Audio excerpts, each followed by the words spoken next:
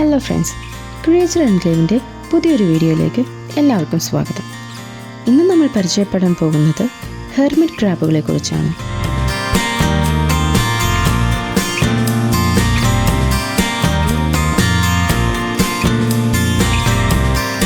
ചെറുതും വളരെ പ്രത്യേകതയുമുള്ള ജീവികളാണ് hermit crab. Hermit crab എന്നത് ഒരു ചെറിയ കടൽ ജീവിയാണ്. സാധാരണ ക്രാബിനേക്കാൾ ഇവ വ്യത്യാസപ്പെട്ടിരിക്കുന്നു. കാരണം ഇവയ്ക്ക് സ്വന്തമായി ഷെൽ ഇല്ല. പകരം മറ്റു ജീവികൾ കളഞ്ഞു പോകുന്ന പഴയ ഷെൽസ് എടുത്ത് അതിൽ താമസിക്കുകയാണ് ഹെർമിറ്റ് ക്രാബ് ചെയ്യുന്നത്. ഹെർമിറ്റ് ക്രാബുകൾ പ്രധാനമായും ഉഷ്ണമേഖലാ കടൽ തീരങ്ങളിലും ദ്വീപുകളിലും കാണപ്പെടുന്ന ജീവികളാണ്.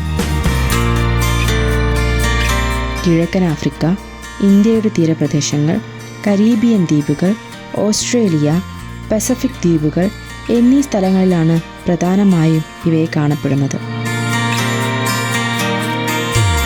ചില ഹെർമിറ്റ് ക്രാബുകൾ കടലിൽ മാത്രം താമസിക്കുമ്പോൾ ചിലത് കരയിലും ജീവിക്കുന്നു. എന്നാൽ ഇവയ്ക്ക് ജലത്തിൽ നിന്ന് ഈർപ്പം ആവശ്യമാണ്. ഹെർമിറ്റ് ക്രാബിൻ്റെ പിൻഭാഗം മൃദുവായതിനാൽ ശരീരത്തെ സംരക്ഷിക്കാൻ ഒരു കവർ പോലെയുള്ളത് ആവശ്യമാണ്.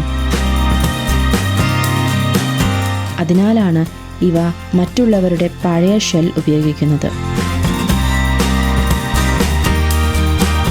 അതൊരു സേഫ് ഹൗസ് ആണ് ഇവയ്ക്ക്. ഹെർമിറ്റ് ക്രാബിനും സാധാരണ ക്രാബിനും തമ്മിൽ ബന്ധമുണ്ട്.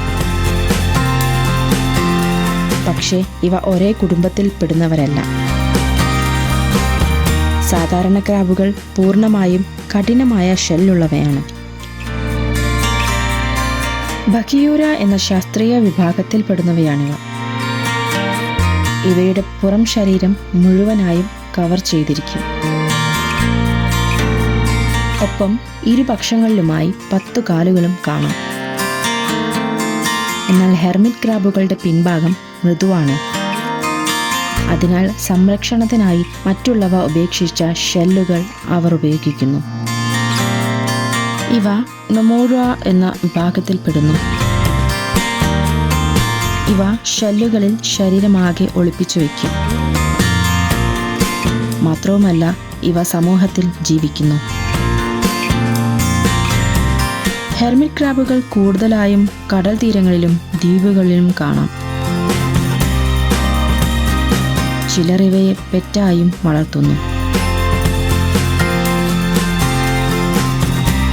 ഇവ ഒംനിവോറസ് ആണ്, അതായത് സസ്യങ്ങളും മാംസങ്ങളും ഇവ കഴിക്കും. പഴങ്ങൾ, പച്ചക്കറികൾ, ചെറുമത്സ്യങ്ങൾ പോലുള്ള ചെറിയ ഭക്ഷണങ്ങൾ ഇവയ്ക്കിഷ്ടമാണ്.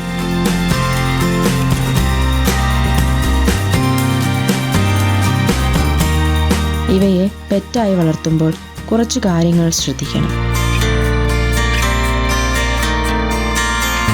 ഇവയെ വെയിലിൽ വെച്ചാൽ ശരീരം ഉണങ്ങിപ്പോകും. അങ്ങനെ ആവാൻ പാടില്ല. അവർക്കൊരു ചെറു ടാങ്ക്, അതിനകത്ത് ഉരുണ്ട കല്ല്, മണൽ, ഒളിച്ചിരിക്കാൻ ഇടങ്ങൾ, വെള്ളം തുടങ്ങിയവയെല്ലാം വേണം. കൂടാതെ ഷെൽ മാറാനുള്ള പുതിയ ഷെല്ലുകൾ കൂടി വേണം.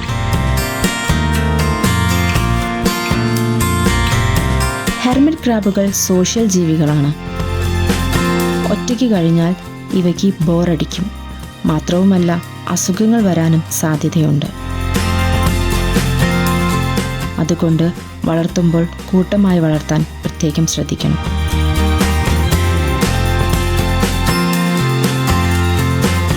ഇവ രാത്രി സമയങ്ങളിൽ കൂടുതലായി സജീവമാകുന്ന സ്വഭാവക്കാരാണ്. ഇവ വളരുന്നതിനനുസരിച്ച് പുതിയ വലുതായ ഷെല്ലുകൾ തേടിപ്പോകുന്നു. പഴയ ഷെൽ ഒഴിഞ്ഞ് പുതിയതെടുക്കുന്നത് അവർക്ക് വളരെ പ്രധാനപ്പെട്ട ഒരു പ്രവൃത്തിയാണ്. കാരണം ഷെല്ലുകളില്ലാത്തപ്പോൾ ഇവയെ ആക്രമിക്കുവാനും കൊല്ലുവാനും എതിരാളിക്ക് എളുപ്പം സാധിക്കും.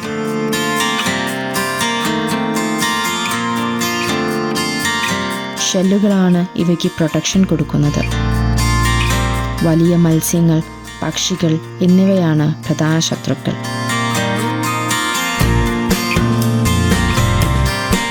ഹെർമിറ്റ് ക്രാബുകൾ എളുപ്പത്തിൽ മരണപ്പെടാനുള്ള സാധ്യതയുണ്ട്. പക്ഷേ ശരിയായ പരിപാലനത്തിൽ ഇവ 10 മുതൽ 30 വർഷം വരെ ജീവിക്കാൻ കഴിയുന്ന ജീവികളാണ്.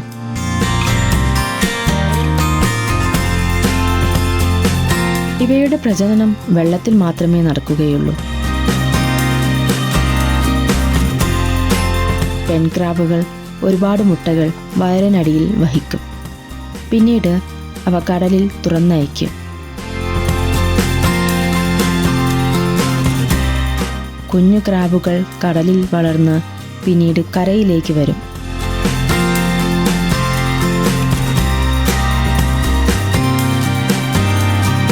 ഹെർമിറ്റ് ക്രാബുകൾ ചെറുതായി ചിക്ക് ചിക്ക് ശബ്ദങ്ങൾ പുറപ്പെടുവിക്കാറുണ്ട്. ഭീഷണി തോന്നുമ്പോൾ മറ്റുള്ളവയെ അറിയിക്കാൻ വേണ്ടിയാണിത്.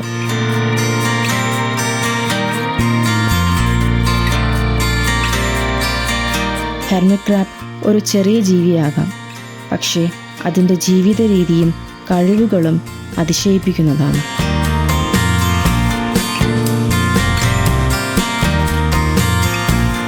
സ്വന്തം ഷെല്ലില്ലാതെ മറ്റുള്ളവയുടെ പഴയ ഷെല്ല് ഉപയോഗിച്ച് ജീവിക്കുന്നത് തന്നെ അതിൻ്റെ വലിയൊരു പ്രത്യേകതയാണ്. കടലിനും കരയ്ക്കുമിടയിൽ ഇവയുടെ ജീവിതം നടന്നുകൊണ്ടിരിക്കുന്നു.